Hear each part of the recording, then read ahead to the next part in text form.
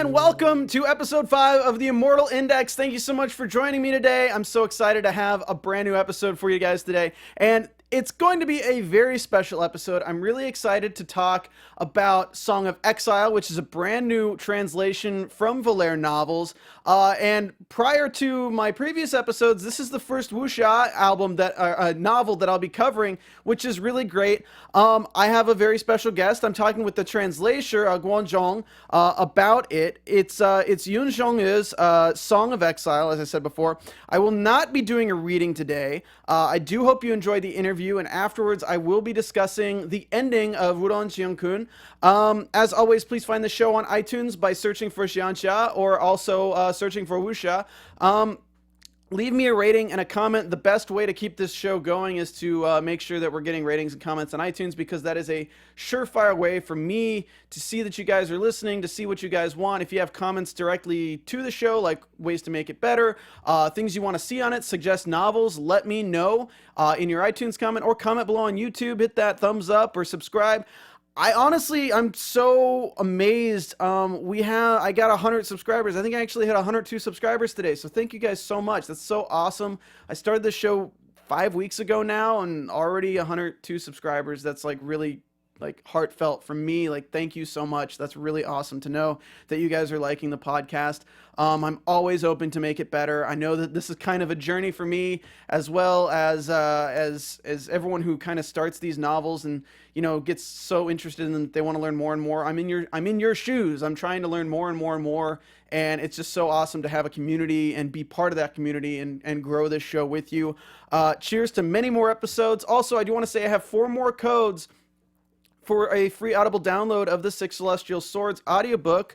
So if you are looking to get into a book that you can listen to right now, there's a few more in the works, but the first of the 4 released novels right now of Six Celestial Swords by T.A. Miles is out. It's a $25-ish value. If you want one of those codes, just DM me on Twitter or Instagram or anywhere you can find me, and I will get you one. So yeah, the main thing for today is going to be my interview with Guan Zhong. He is a translator over at VolareNovels. I know a lot of people have been asking me to do novels from Gravity Tales and from Volare, and I am taking that to heart. The poll later tonight is actually also going to be about what I should do my reading of next week, which, you know, I have 4 answers. One is Warlock of the Magus World, Sovereign of the Three Realms, Song of Exile, or Returning from the Immortal World. So, I'll go over that a little bit later in the episode after the interview, but you can think about it for now. It's already on the Twitter account at Immortal Index if you want to check that out. But without further ado, I really hope you enjoy my interview with translator Guan Zhong. Let's roll it in. Hey everybody, as I said before, we have a very special guest joining us on the show today. He is a translator for VolareNovels. He's also an assistant on Wuxia World. It is Guan Zhong. He's going to be talking today about, you know, getting into translations, how they work. You know, he just recently has announced Song of Exile, which the first chapter was released a little while ago, but the novel is being released consistently starting today.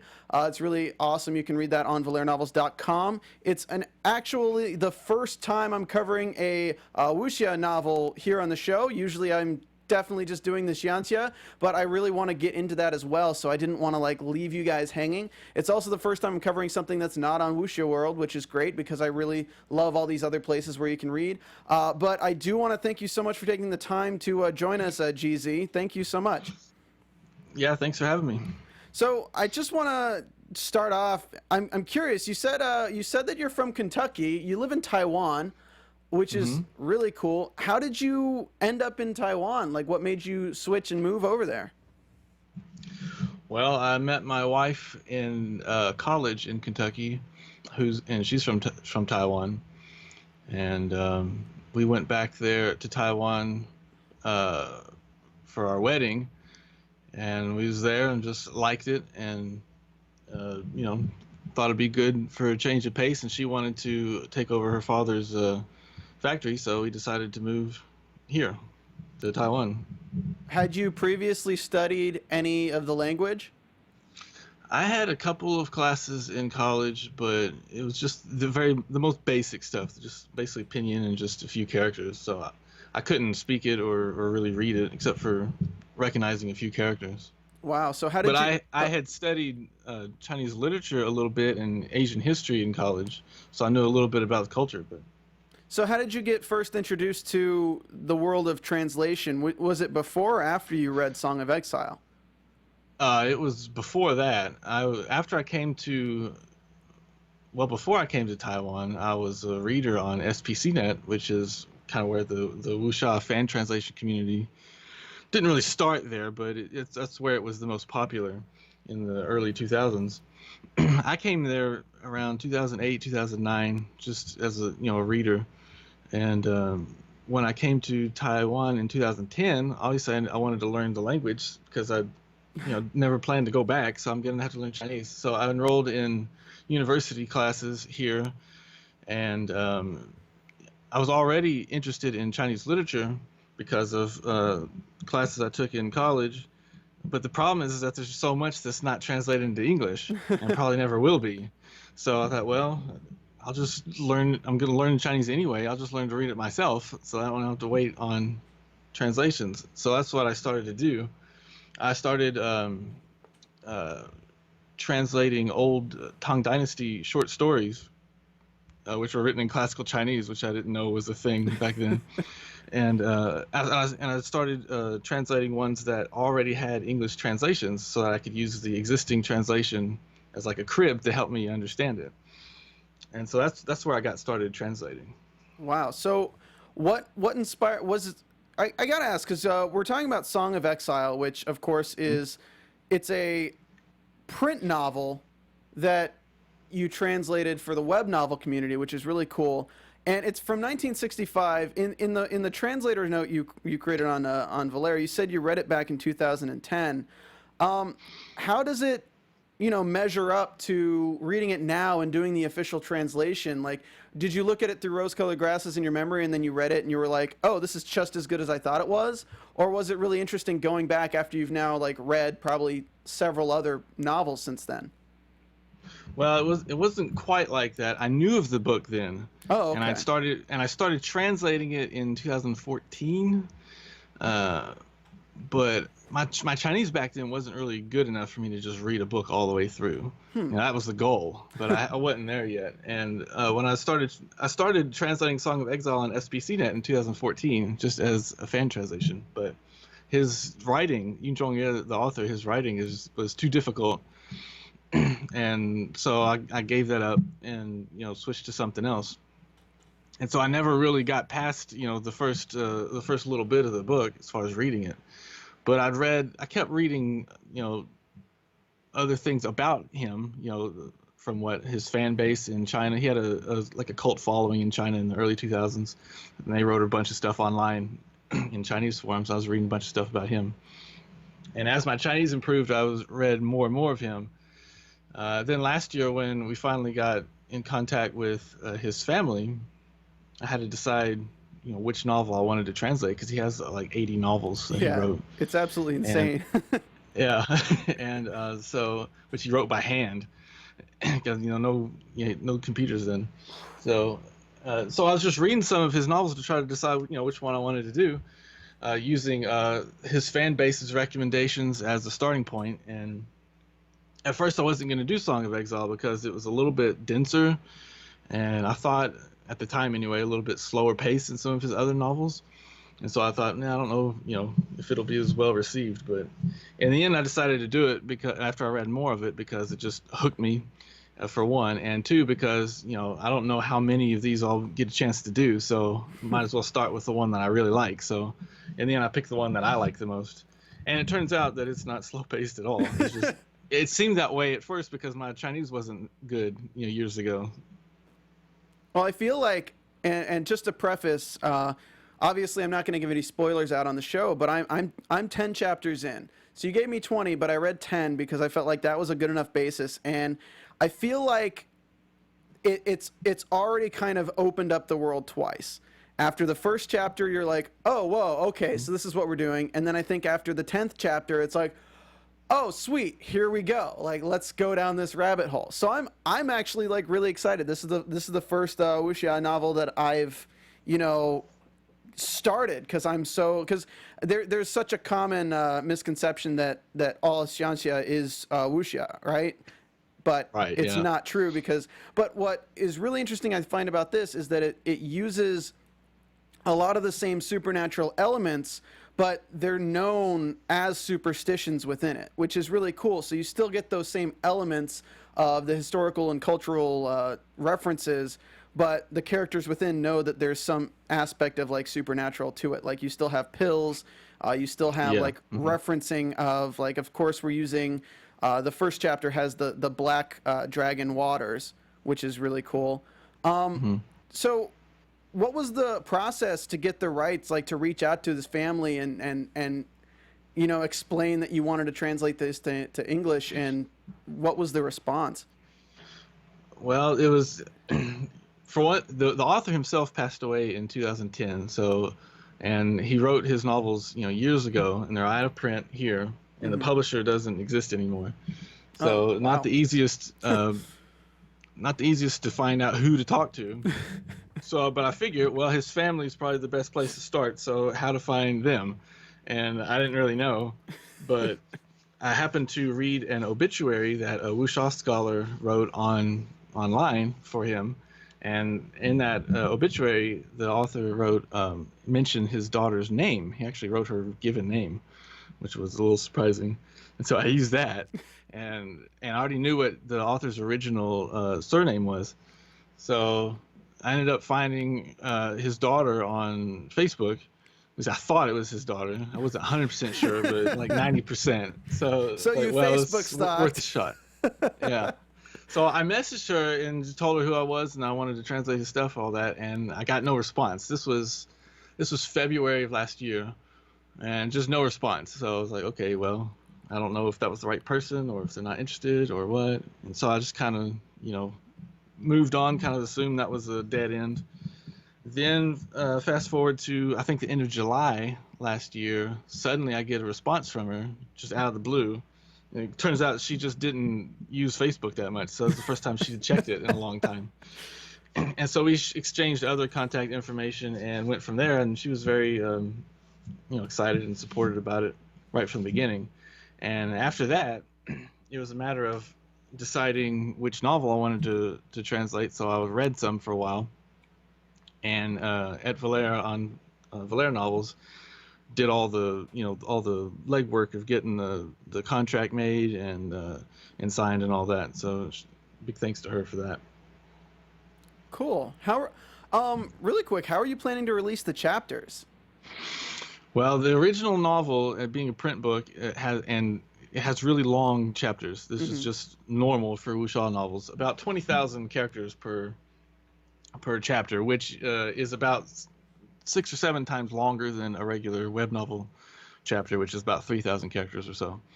So it's not feasible for me to release all that at once. So I've just broken it up myself into parts, and then I've given the parts just kind of their own names just for convenience, and just numbered them as chapters that way. The original chapter titles are still there as the part numbers, like part 1, part 2, whatever. So I did it that way just to make it easier on me, so that way I can release something daily. And yeah, so that's the way I'm doing that. Wait, so you mean to tell me that when it says part 1, altruism and animosity on Tiger Ridge, that's everything within that is one chapter? Yeah, that's the chapter 1 in the novel. Yeah, that's about 50-something pages. Yeah. Holy moly! So his chapters are basically a story arc. Basically, each one of those parts, each one of those long chapters is a story arc. You can think of it that way. Yeah, that's how it is. That's how it feels, but that's really cool. Wow. Yes, there's only 24 chapters in the whole novel. Yeah, but they're long. Yeah, chapter 1 itself, I was like, I wanted to do a reading, but chapter 1 is so dense and so long itself with the song and with all the names and the directions and all the setup with like where they're located, what time period it is. The descriptive words in this story are very detailed, and I think that was one of the most interesting thing where I read your translator's note, but then I also found a forum post from 2010, I think, on the SBCC, which you were saying, SPC.net, yeah. Yeah, which just had this entire biography on him and everything, and he was very, very diligent in the historical aspects and the accuracy of what he was talking about. Yeah, yeah, I wrote that post actually. Oh, you wrote the entire thing then?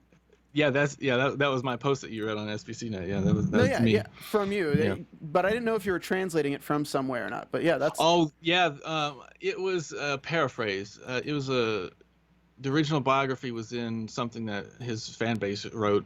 They put together like a fan ebook about his work, and I didn't translate it word for word, but I paraphrased it. So will you be doing like a Patreon or advanced chapters kind of setup for the novel, like where you release one folder at a time, or? I'm not planning that right now, just because I don't have the chapters to do it. I have some stockpile, but I need that for myself in case something happens. So for right now, I'm not planning that, but I'm not sure about later.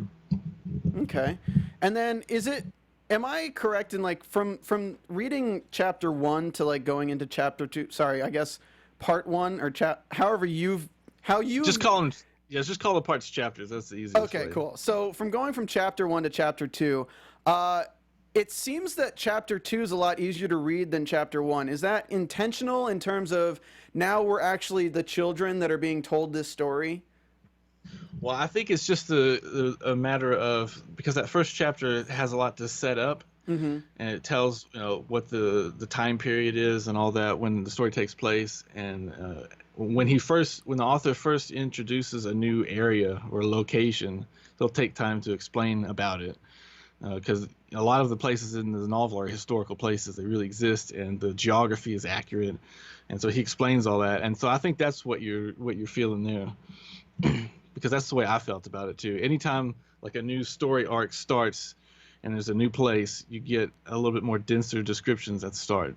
Yeah, it is interesting where anytime, I mean, they kind of gloss over it a lot in the Xianxia novels I'm reading, but in this it's like, hey, we're introduced to a fort. It has four corners, 8 guard towers, and the northeast corner is this, the southeast corner is this, the northwest corner is this. It really sets up the entire location before it even dives into any storyline. Yeah, that's his style, and also because, you can think of it as an historical wuxia novel because it's set during the Ming Dynasty, during the Jiajing reign period. You can actually calculate the exact day that the story takes place on. And all of his novels have a lot of historical detail in them, in the sense of like day-to-day minutia. Like, for example, travel permits. During the Ming Dynasty, you couldn't travel from one place to another without a permit, and so you had to apply for one. And that becomes a plot point in a lot of his novels, where his characters need to go from one place to another, but they don't have the permit, so they have to figure out a way around that. Things like that. Interesting. And then does the story, I'm curious, I don't know if this is a spoiler, don't answer it, but I'm curious as to whether the story stays within the old man from the beginning telling it, or do we switch back and forth between it at certain points within? If that's a spoiler, just tell me. I can't say it. Well, I'll just say that the first chapter makes it clear that it's a frame narrative, right? It starts off at one point. We start off with the character being dead. The main character is already dead, so we know that from the get-go. But we don't know how he got that way. And so then the old man tells the story, and we flash back to the beginning of the main character's life. And so that's the structure of the novel. Yeah. Eventually, we will come back to where we started. Got it. So it stays pretty much within him telling the story until the end, then, I'm assuming. Yeah, okay. Pretty much. And then do you think this is like one of the best because you mentioned it's one of the best introductions into the wuxia genre and the jianghu. Do you think there's a reason for that? Is it because of how descriptive it is, or how do you form your opinion on this being a great intro to that? It's because the main character, Cai Wen-chang, himself starts out as just a regular person, a regular kid, and then a regular teenager. He's not part of the Jianghu yet. And so he decides to enter it because he's been bullied a lot. He wants to protect himself, and then some other things happen which kind of force him to lead that lifestyle. And so we, the reader, learn about the Jianghu as he learns about it. And that's why it's a good introduction, because there's a monologue in chapter 17 that one of the other characters tells him, where he explains what the Zhongyue is. so so it's pretty explicit what it is. You learn the concepts and the way of life there as the main character learns it, and that's why it's a pretty good introduction. It doesn't just throw you into a story where the main character is a seasoned veteran and who's seen it all already. Got it. That's really cool. I'm like really excited to read it. Like I feel privileged that I already have the access that you gave me, because I'm like, I need to take advantage of this and read it while I can. But no, I'm really enjoying it so far. I think you've done a great job with the translation, making it appealing for anyone who's just trying to pick up this kind of genre. What was the most difficult thing, you think, aside from just his style of writing, that was with translating the story? Definitely the character nicknames. Like Bald Flood Dragon, or the main character is called the Fugitive, or there's White Dragon Girl, for example. All the characters are known by their nicknames rather than their real names, as that's the convention of the Zhongyue, and the character actually specifically says that later in the story, so you don't even have to know that. The story teaches you. But the problem is that Chinese is a lot more of a concise language than English is. And so a lot of these nicknames are just 4 characters in Chinese, which is just 4 syllables. But when you translate it into English, it becomes much longer. And so it's very difficult to come up with a translation for the name that is both accurate and also not a complete mouthful, because you're going to be repeating it over and over again, because because Yun Zhongyue likes to refer to his characters by their nicknames rather than their real names. The advantage for the reader is that you don't have to pronounce as much Chinese. Yeah, I did notice that in the very first chapter, when you're going between White Dragon Girl and Little Tiger and all these different things. You're like, wow, they're saying the names a lot. Yeah. So how long do you think this project will take you, and what do you think is next after this? Well, the novel's it's a little under 500,000 characters, so it's pretty short by web novel standards. It's about 1/10 of the size of I Shall Seal the Heavens, to put that into perspective. So it should finish, I think, in November. I think I should be done with it, assuming I stick to just daily releases. I hope I can release bonuses when I can, but so probably sometime around November will be when it's finished. I'm not sure what will come next. I'd like to do another one of his novels at some point, but also Etvo and I are in talks with another wuxia author, Zhong Feng, who is the biggest name in wuxia right now in Taiwan. We met the author last year because Etvo and I are both fans of her work. So we're in talks to translate one of her novels. We're not sure if that's going to work out or not. This is also a print novel, so we might be doing that later in the year, and if not, then I'm not sure yet.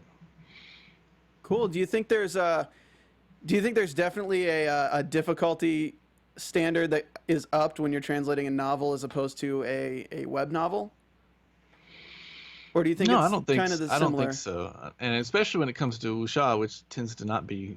I mean, most of the wuxia that people know about is not web novels, but there's this misconception among translators that wuxia is difficult to translate, and it's really not. I don't know.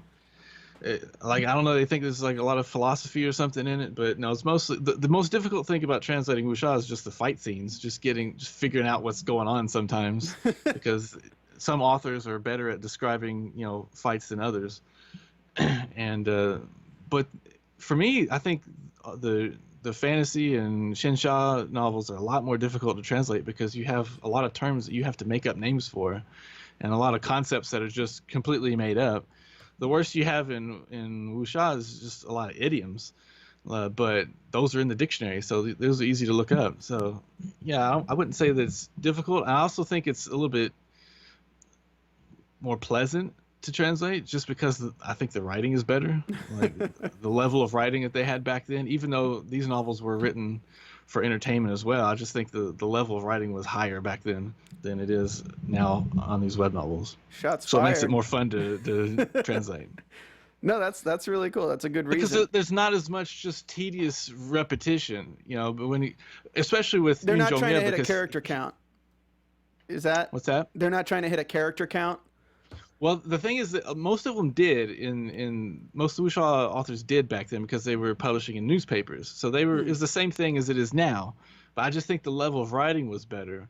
But in the case of Yun Zhongyue, he didn't do it that way. He wrote the whole novel out first. He outlined it first, researched it, wrote the whole thing, and then published it as a book. He didn't publish them in newspapers. So his plots tend to be tighter and more consistent than a lot of his peers.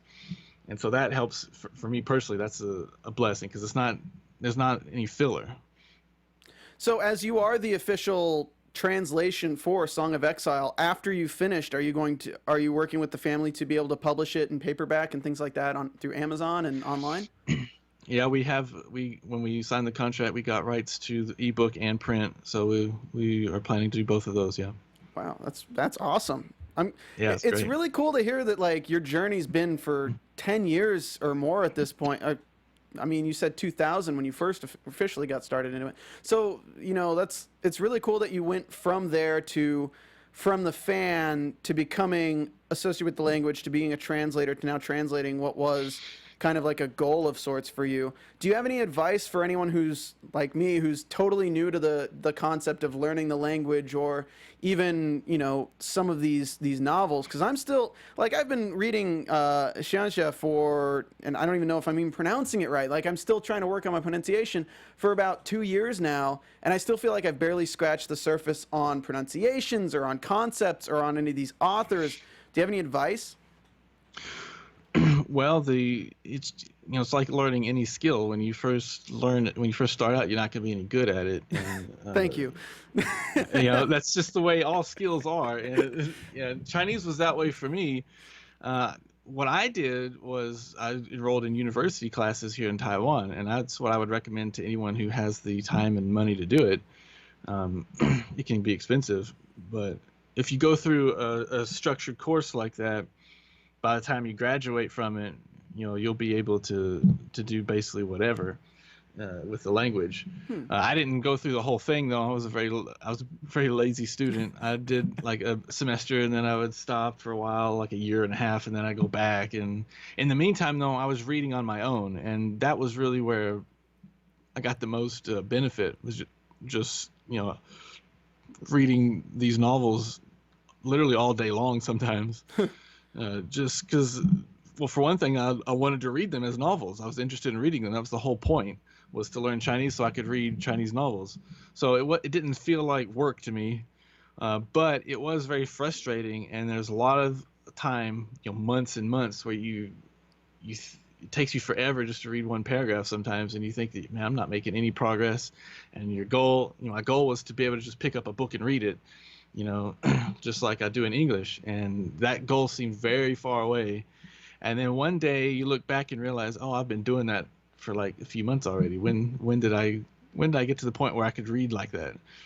But it's just one of those things where the progress is very gradual and you don't notice it at the time. But when you look back months later, you realize, oh, you really improved a lot. But I think in order to get there, there's no shortcuts. I would advise anyone to get a teacher or enroll in classes if you can.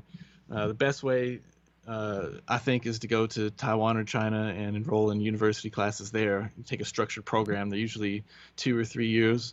It's how long they last. If you can afford it. If you can't afford it, then I think your goal should be to find a way to save up money so you can, because or to find some kind of teacher that will teach you. Don't just do it on your own, because you need somebody that will point out your mistakes, because you're going to make a lot of mistakes, but you won't know that they're mistakes unless someone points them out to you. And especially when it comes to pronunciation and when you start putting sentences together, when you're reading it, you're going to come to a lot of sentence constructions that you're not going to understand, and it's not something that you can just look up on the internet. You're going to need somebody to give you advice and help. And for me, that was my wife and whatever I learned in those classes.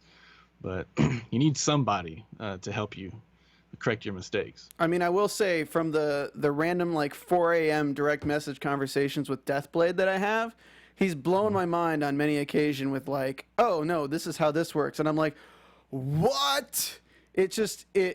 Every time I like research more into it, into more of the language, I'm like, holy mother of God, this is insane, but like really cool.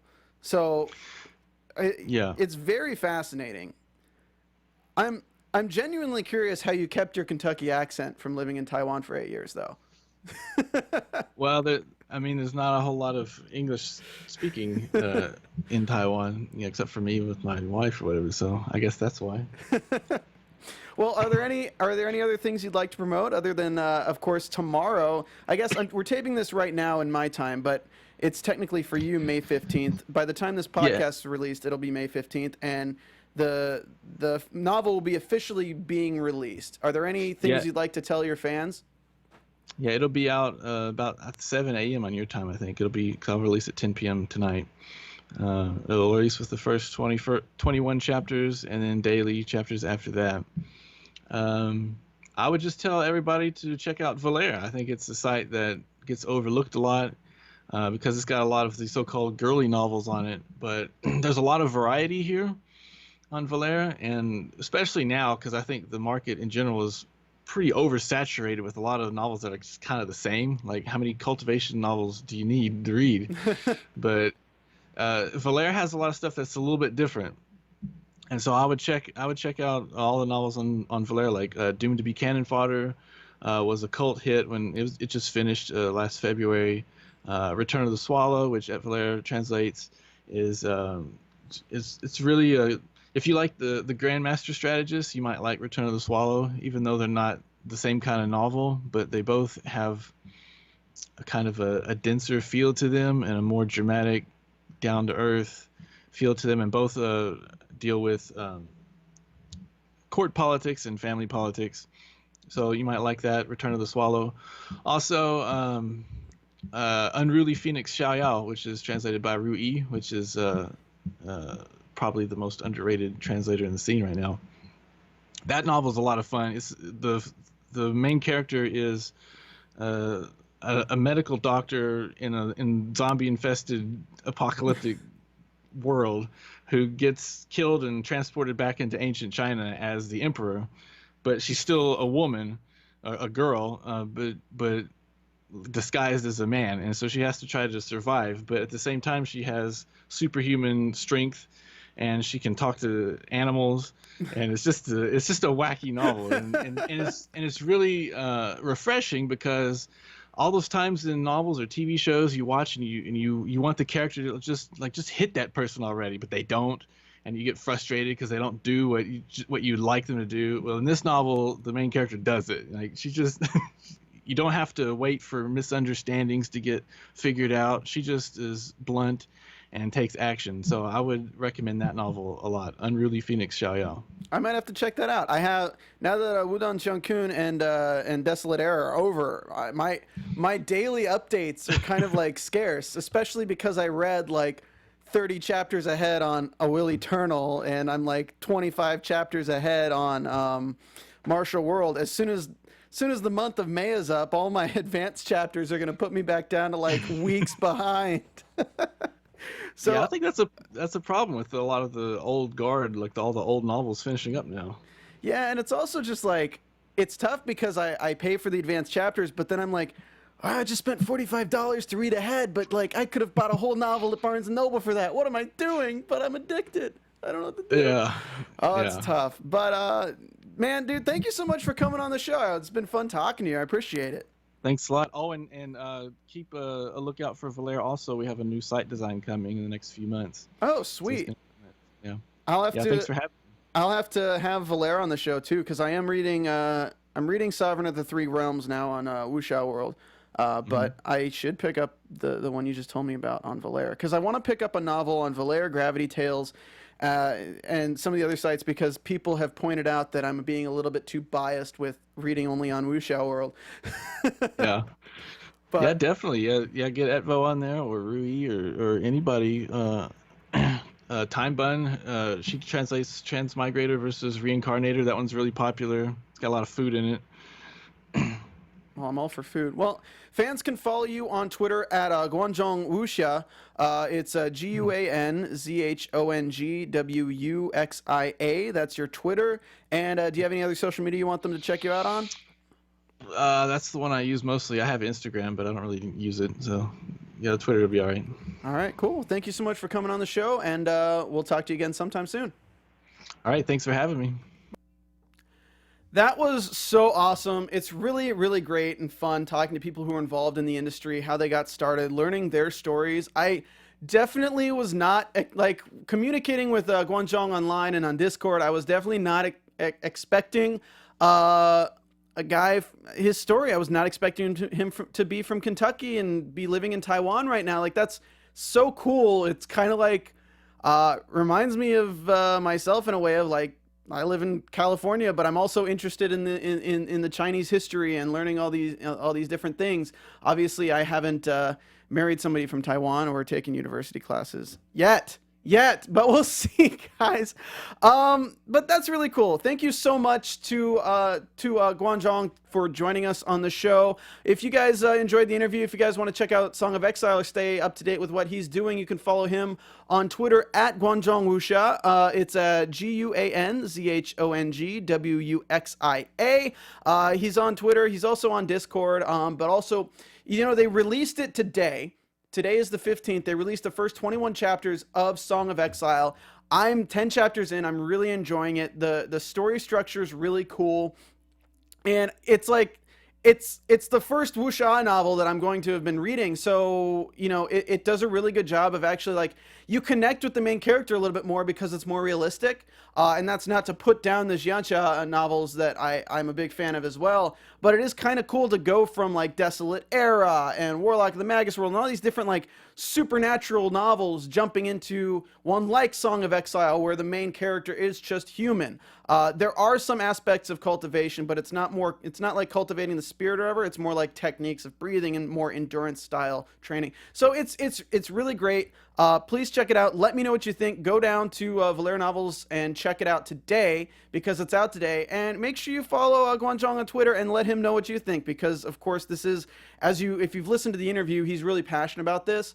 And I think there's nothing better than supporting projects by people who are passionate about what they're doing. So please check it out. I do want to give a special thanks to AfterBuzz TV for providing me with this amazing studio and the amazing tools I can use to create this podcast for you guys every week. It keeps my costs down for doing it, so I don't have to beg you guys for money. It's great. If you're into TV discussion, if you watch any TV shows from The Hunter to Riverdale to Unreal to The Bachelor to Jersey Shore, anything you do, we do after shows for all of it. So if you check out AfterBuzzTV.com, you can find all of that there. I work there. I couldn't support it enough. I've been here for 7 years doing it.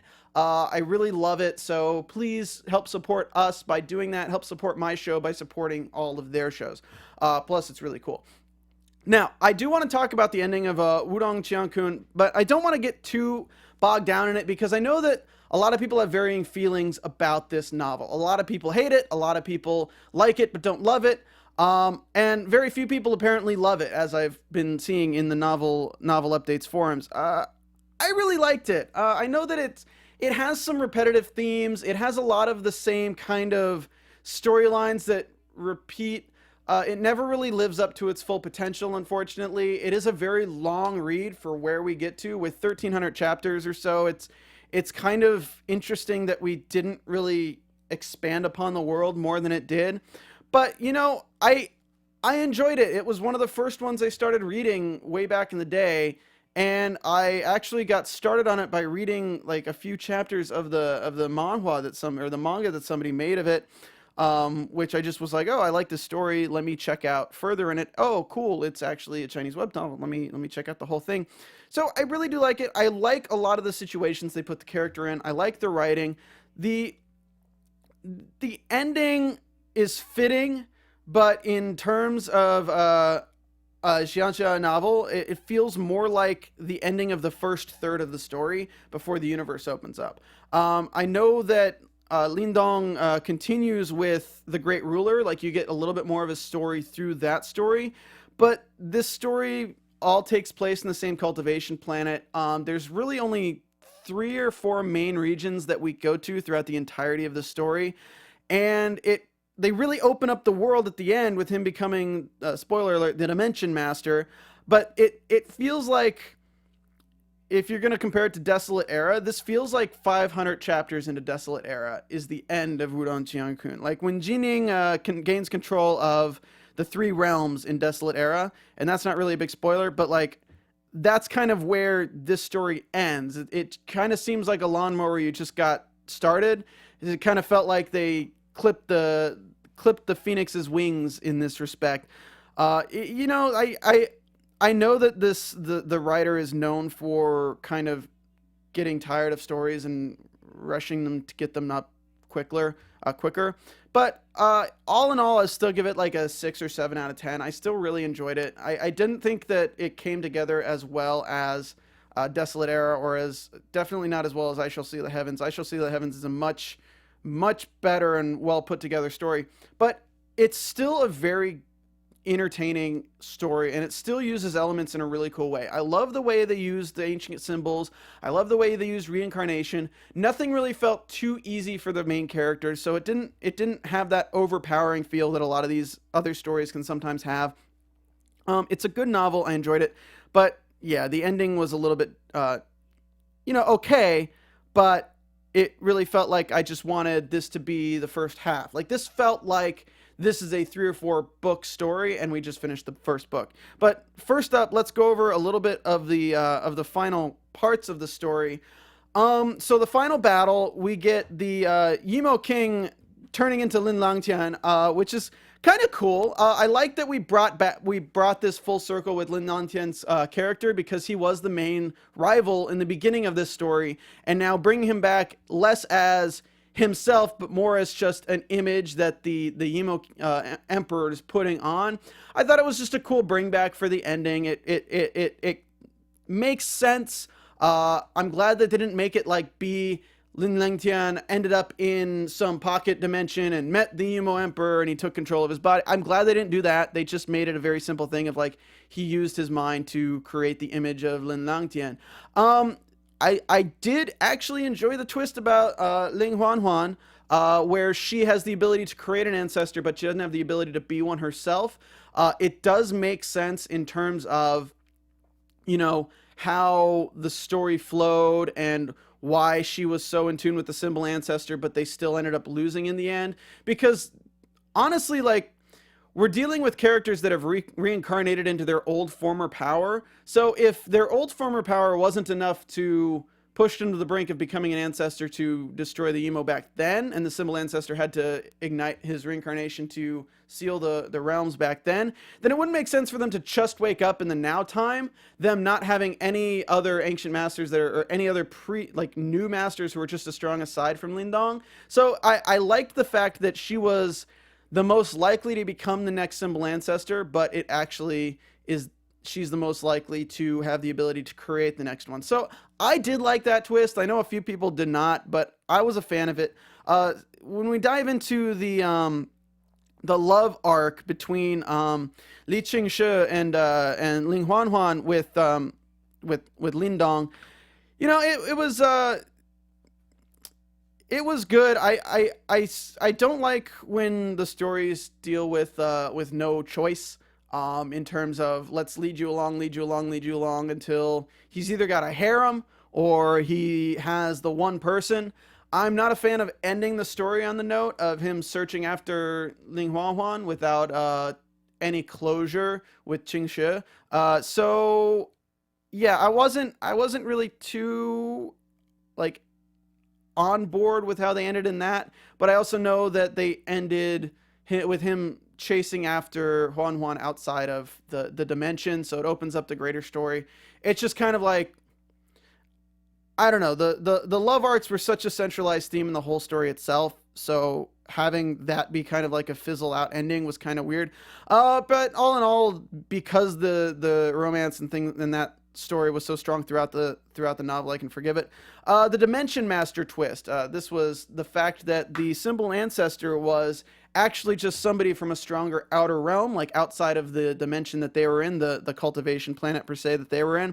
I like this twist. It makes sense. It makes sense that there would be a pre-existing history between the Yimo Emperor and the symbol ancestor, because why are the Yimo invading? What is their central purpose? Oh, okay, they're trying to get what essentially is the quintessence core, if you're going to use Desolate Era terms, the item that lets you bind the universe to yourself, or bind this dimension to yourself. So basically, this whole story takes place from the perspective of frogs in a well, and it opens up at the end to the fact that because Lindong gets the apex and has all the powers of everything within him, especially with Huan sacrificing a reincarnation to boost him over the limit to become the ancestor, he can take control because he's actually from that dimension. And this is all very, very similar to Desolate Era in terms of being rejected by the universe or being rejected by the Realmverse.